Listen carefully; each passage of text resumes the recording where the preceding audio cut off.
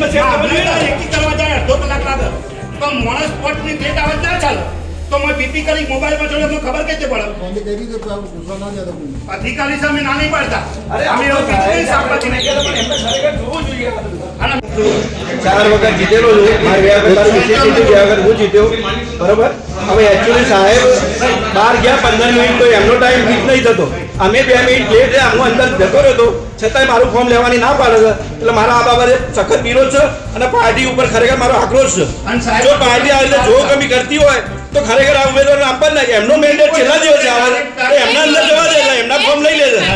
ખાલી 2 મિનિટમાં એ લોકો અંદર જવા ના દીધા. અને કલેક્ટર કે તમે બહાર નીકળો, પોલીસ બોલાવું, ફરિયાદ કરું. What do you mean?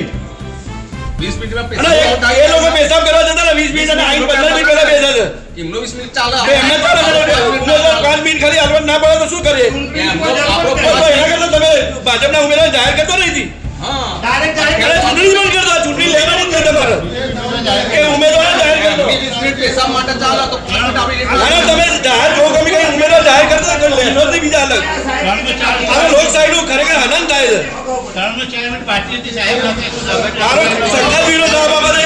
અને મુખ્યમંત્રી અને પીએમ સાહેબને પણ મારે કહેવું જોઈએ કે તમે એક સાહેબની કહો છો કે લોકશાહી આ લોકશાહીનો આનંદ કહેવાય. જો આપણો અધિકારી 30 મિનિટ બહાર જઈને બહાર આવતો હોય તો એટલા ટાઈમે પકડ્યો તો એ ટાઈમ કરાવી હાલવાનો, તો એ ટાઈમ અંદર રિઝર્વ કરવો જોઈએ ને. અધિકારી એકી કરવા જાય અડધો કલાક લાગે અમે જોવા